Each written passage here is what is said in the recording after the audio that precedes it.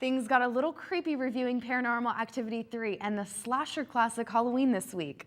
All before a living dead battle over the best zombie movie ever. That and more here on Always on the Movie.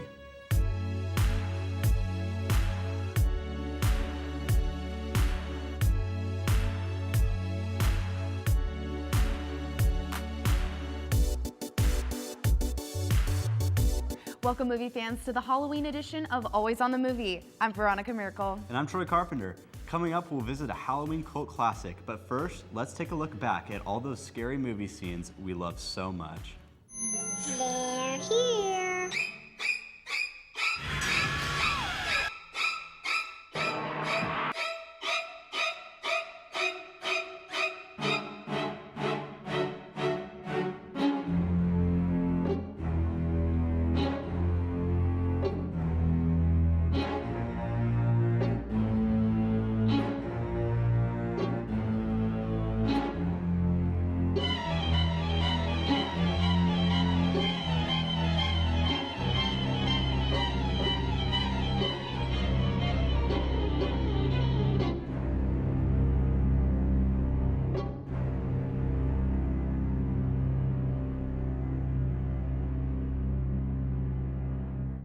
Paranormal Activity 3 takes us back to when the haunting began. The film is seen through a collection of old VHS tapes from the childhoods of the main characters. But it's the chilling scenes of Katie and her unusual demonic magnetism that terrifies audiences. Take a look at the trailer, if you dare. Something's going on. What do you think it is? Do the knocking game you showed me, remember?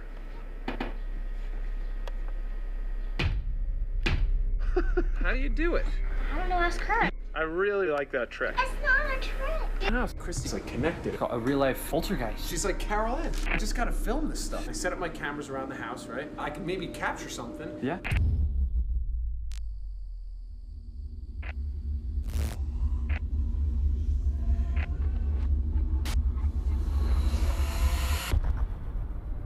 Julie, watch. See that? What? Oh my God. What is going on? Hey, Christy. I saw you talking to somebody. Kinda. He's very sweet. He's my friend. Did you hear that? It's okay.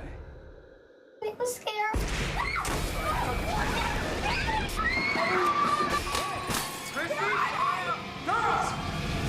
We're getting out of here. Just get in the car and drive. Okay, were you just as scared as I was? I'm gonna be honest, I didn't see half of the movie. I was horrified. The kids in this movie are so scary. Absolutely. Honestly, I thought it wasn't as scary as 1 and 2, but at the same time, I just was so terrified because of the little kids. It was still pretty scary. In this movie, they add in the new camera angle where it pivots, and that just, oh my gosh, it's so creepy. And the fact that the little girl can speak to the ghosts, I have just this thing with kids and ghosts, and those two combined, I just couldn't even handle it. It's horrifying. From gasps on the big screen to some behind the scenes, here's Jaleesa Harris with Hollywood Gossip. Thanks, Troy. Trick or treat. Robin Hood here with your movie gossip. Matt Damon has spent most of his career working with some of Hollywood's greatest directors, but now it's his turn to slide behind the camera. Damon is planning to direct an untitled legal drama he co-wrote with John Krasinski. No deals have been signed yet, and the project is rumored to be in the early stages. Moving to something a little more scandalous, Kim Kardashian, Kim Humphries, is moving from a sex tape to slightly classier works. The bootylicious star has recently signed on to a Tyler Perry original movie called Marriage Counselor.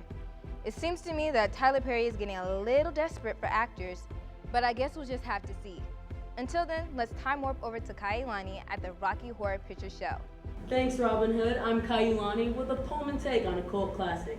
Tonight, we're in the Todd Auditorium where they're playing Rocky Horror Picture Show. It's just a jump to the left. It was practically orgasmic. I love the time warp.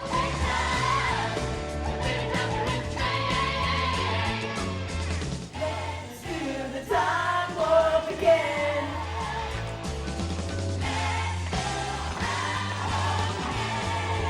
I always enjoy watching Sweet Transvestite. I'm just a sweet transvestite. let's take a jump to the left to Troy and Veronica. I don't like that movie that much. Yeah, so we're gonna take a short break on that note. But before we do, let's see if you can answer our terrorizing trivia question. Which one of these notorious movie murderers have the most victims? Is it Ghostface, Freddy, Jason, Michael Myers, or the Candyman? Find out after the break, here on Always on the Movie. So Veronica, what's your guess? I'm gonna say Freddy Krueger. That's the first name that comes to my mind. Actually, it's Jason, slashing in at 172 kills. Honestly, I've never watched any of those scary movies because I'm a wimp. So moving to something at least a little bit less violent. Let's see what Anna and Colby rented this week. Thanks, Veronica. Here with your latest and tastiest DVD reviews, I'm Anna Bliven. And I'm Colby Nelson. This week we rented both versions of the slasher classic Halloween. At age 10, Michael Myers is institutionalized after brutally murdering his family members. 15 years later, he escapes and goes on a murderous rampage through his hometown. Take a look at the king of slasher movies, Halloween. I spent 8 years trying to reach him, and then another 7 trying to keep him locked up because I realized that what was living behind that boy's eyes was purely and simply evil. Behind these eyes, one finds only darkness. These are the eyes of a psychopath. Okay, Anna, did you have to sleep with the lights on after watching this? Be honest, it's okay. The first one, no. The remake, yes. Usually remakes and sequels are awful, but in scary movies, I think the remakes are way scarier. Okay, I'll have to agree about that, but think about how John Carpenter's movie was back in the time. Okay, yeah, it took a long time, I'll be honest, long time to get interesting, but it had its moments. I agree. Back in the day, if I lived back then, it would have been way scarier, but it was really cheesy, and I was kind of laughing, but Laughing? Dude, he can't die. He's an invincible murderer. Okay, in music, are you kidding me? Each time that he was about to stab one, I was freaking out, dude. My heart was pumping. I mean, the story's a little cliche. A scary murderer running around in a mask, killing people to creepy music. It's been done. Okay, but that's what makes it a classic. Okay, you don't have scary monsters, no creepy aliens or crazy scientists. You have a guy who has just pure evil in his heart. And that's sick. That's cool. I like it a lot. It's definitely a classic, a great story to watch with your friends to get you in the Halloween spirit. Put on your costume. Oh, I gotta finish that. And can I ask you a question? Sure. Can I ask you about my wiener? Back to you, Jaleesa. I don't know, Kobe. It still looks pretty creepy to me. Our hosts weren't the only ones up for a Halloween haunting. Paranormal Activity 3 has officially set a new October record opening. The movie has earned an estimated $54 million in its opening weekend alone. But only time will tell if this becomes a creepy classic. In other movie news, the talented actress Angelina Jolie has shifted her talent to behind the scenes. Jolie has written and directed a tale about the Bosnian War in the 90s in a film entitled In the Land of Blood and Honey. Coming in theaters on December 23rd, the movie features a local cast, mostly those of children of the war, and is concurrently shot in English as well as in their native language. That's all for movie news. Let's see how things are going for Allison and coming attractions. Thanks to Lisa. I made the trip from the underworld to watch the trailer for The Raven, a fictional thriller about the last days of Edgar Allan Poe's life. He pursues a serial killer whose murders are modeled after Poe's stories. The poet teams up with a detective to help uncover a pattern to the crimes, hoping to stop the madman before he can strike again. The film stars John Cusack as Edgar Allan Poe. Check out the trailer.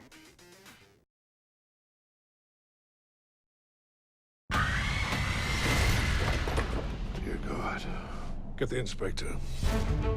This crime is familiar to me. Edgar Allan Poe. To what may I attribute the honor of your call? The night before last, a young girl and her mother were found murdered. The daughter's body was lodged in a chimney. The mother's head severed with a straight razor. You're referring to one of my stories, a work of fiction. I'm afraid I am not. Do you actually think that I murdered these people? What cannot be disputed is that your imagination is the inspiration of a horrendous crime. I love you, Edgar. Be careful. I believe the killer is taunting us.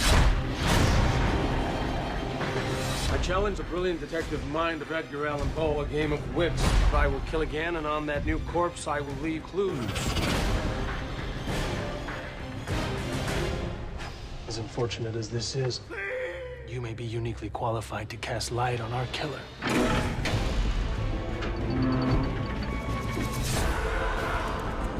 The Pit and the Pendulum. Are there other stories in the collection? Specifically about murder? I'm afraid so. This killer is methodical. He wants us to know he's gonna strike again. Stop! I dare you to try to save your beloved's life. Where is she? He will keep her alive to keep you involved. It's part of his game. Emily. I would gladly give my life for hers. I know you would. I'll send you to hell! No matter how this ends, I will kill him.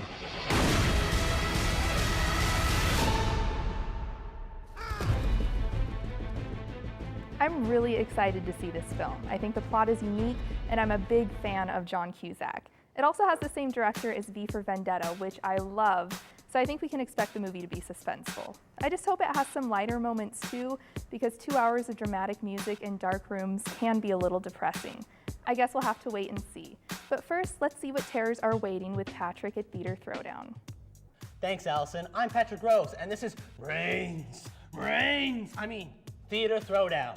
1968's film Night of the Living Dead brought the fear of a zombie apocalypse to the minds of people everywhere. Now, over 40 years later, zombies are still terrifying us by becoming faster and smarter than ever before. For Halloween, Always on the Movie has found a star-obsessed plumber and the dad of Miley Cyrus. They'll be fighting for their lives as we decide the best zombie movie of all time. In this corner, we have Eric Lee as... It's me, Mario. And over here, we have Eric Laney as special guest Billy Ray. Don't break my heart. I love you, Miley. All right, Eric Lee, get your star power, because you're up first. Okay. I did The Evil Dead starring Bruce Campbell, which launched Bruce Campbell's career. The Evil Dead is known as a cult film for its low-budget, over-the-top campiness and gore. It mixed subgenres of demonic possession and zombies in a way unique to its time, and that's why I believe it's the best zombie movie ever made. Any more singing, Eric? Nope, I'm here to debate. I chose The Dawn of the Dead from 1978 because it is a forerunner in the zombie genre. It was made by George A. Romero, the godfather of zombies. With this film, he not only showed how frightening zombies can be, but also how much fun it is to watch them. It's time for the fight of your lives, Theater Throwdown. I will admit that Evil Dead is a pretty good film, but I don't really care about the characters in it. Bruce Campbell's the only one that gets followed. So I understand that, but I think a lot of times, especially in campy zombie movies, the zombies and the gore are the main focus. Mm-hmm.